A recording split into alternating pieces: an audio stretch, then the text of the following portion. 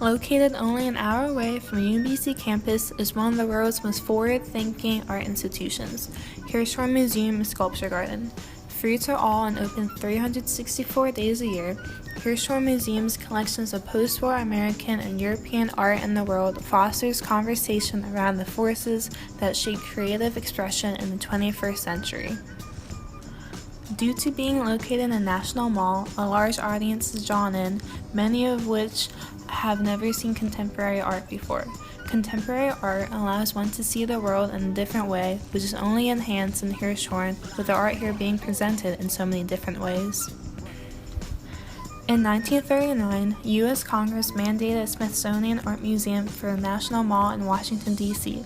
However, due to the post-Great Depression era and the beginning of World War II, it wasn't until 1966 an act of Congress established the Hirshhorn Museum Sculpture Garden, a Smithsonian institute, and opened to wide acclaim in 1974.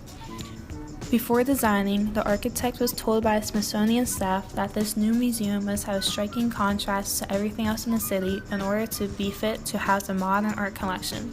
Thus, the museum is a giant, open, elevated cylinder on 4 legs with a large fountain in the central courtyard. The New York Times described this as a fortress of a building that works as a museum. The first attraction one sees is the building itself. Not knowing where one is in this building allows the viewers to feel almost suspended in time and fully take in the complete beauty of the artworks. Hirshhorn is composed of 3 main floors. The middle floor has a new exhibit that changes every couple months. This current exhibit is called Brand New. Brand New is organized chronologically, starting with 1979 and ending with showing the path of change and growth inside the New York art world through 1989. The 1980s was a series of political, cultural, economic, and technological shifts that brought about a golden era of contemporary art in the United States. Artists in this exhibition took radical approaches to art, suggesting an alternative history when compared to some of the more famous artists of this time period. These artists explored critical themes such as the emergence of artists as brands, DIY practices, and alternatives to the Main Street art market, political activities in art, and responses to contemporary philosophy. In this piece, inflammatory essays, advertising methods are used to critique society. These meditations are printed on the handbills and state extreme positions, which the artist herself described as hot, flaming, nasty things.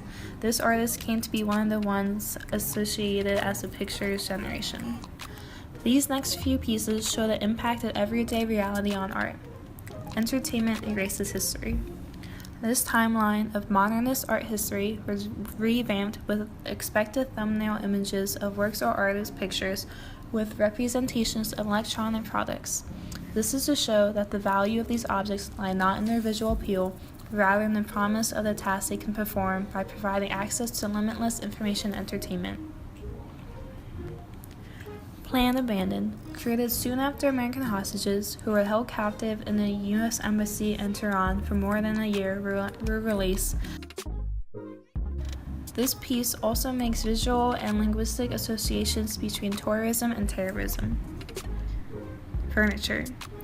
The arrangement of this furniture makes their traditional use obsolete and turns the work into a showcase of materialism. Kill Me and AIDS. During the late 1980s, the AIDS epidemic had decimated populations throughout the world. When the Reagan administration failed to immediately address this problem, Donald Moffat created this as a poster for protesters to carry, but also as a notice to be posted on building facades. This artist used a pop-driven commercial aesthetic opposite the face of the president in order to draw the attention of passers-by. The video shown between the posters reflects on the perception of the health crisis as well as the role of TV as mass media. This exhibition, What Absence is Made Of, explores the ways that artists use absence as a means of expression. This exhibit highlights works from Anna Mendieta, John Baldessari, and Fred Sandback. They engage in a long tradition of conveying transcendental ideas through art, a tradition which includes art forms as disparate as religious icons and abstract painting. These works build on the strong conceptual art holdings in the Hirshhorn's collections. They emphasize dematerialization, disembodiment, nothingness, memory, and the post-human body. Absences are not just what there is not, but rather what was there and now is not any longer, or what should be there and yet is not. This is a quote from writer and cultural theorist Elisa Adami, whose works are also shown in this exhibition. These works are able to give form to this enigmatic nature, this space that exists between things and ideas, the concrete and the intangible. This piece of art is called Visible. It's from 1971 by Giovanni Anselmo.